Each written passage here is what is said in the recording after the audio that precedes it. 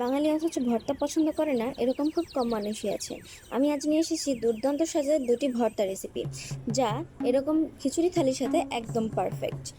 আসসালামু আলাইকুম everyone, welcome to নাজুর রান্নাঘর। আজ আমি আপনাদেরকে তৈরি করে দেখাবো শুটকি ভর্তা আর মরিচ ভর্তা। প্রথমে শুটকি ভর্তার জন্য নিয়ে নিলাম 10-12টা কাঁচামরিচ, হাফ কাপ পেঁয়াজ,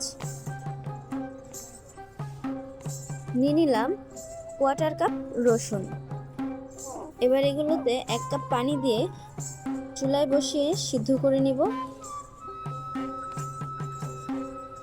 এগুলো হালকা সিদ্ধ হয়ে আসার পর এগুলোতে দিয়ে দিব ফাহা মাছের শুটকি।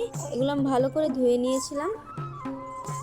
এবার শুটকিগুলোকেও ভালোভাবে সিদ্ধ করে নিব।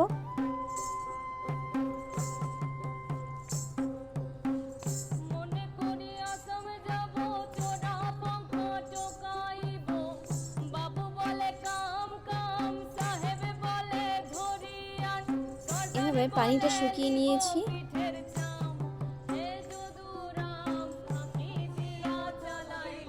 এবার এর মধ্যে দিয়ে দিলাম সামান্য কিছুটা তেল, যাতে করে আরেকটু ভাজা ভাজা করতে পারি।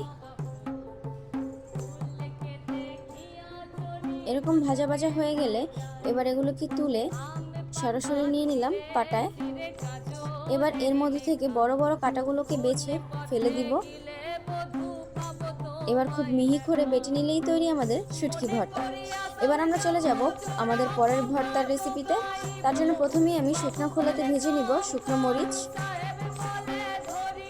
কিছুটা ভেজে নেওয়ার পর এর ভিতরে দিয়ে দিব সামান্য কিছুটা তেল। এবার ভালোভাবে ভেজে নিয়ে ওই একই হাঁড়িতে আবারও কিছুটা তেল দিয়ে এতে ভেজে নিব হাফ কাপ পেঁয়াজ কুচি আর কোয়ার্টার কাপ রসুন কুচি। এবার সবকিছু ভালোভাবে নেড়ে ভেজে নিব। এভাবে ব্রাউন করে ভেজে নিব। খেয়াল রাখতে হবে যাতে বেশি পুড়ে না যায়। এবার সবকিছু ভালোভাবে মিহি করে ভেজে নিতে হবে।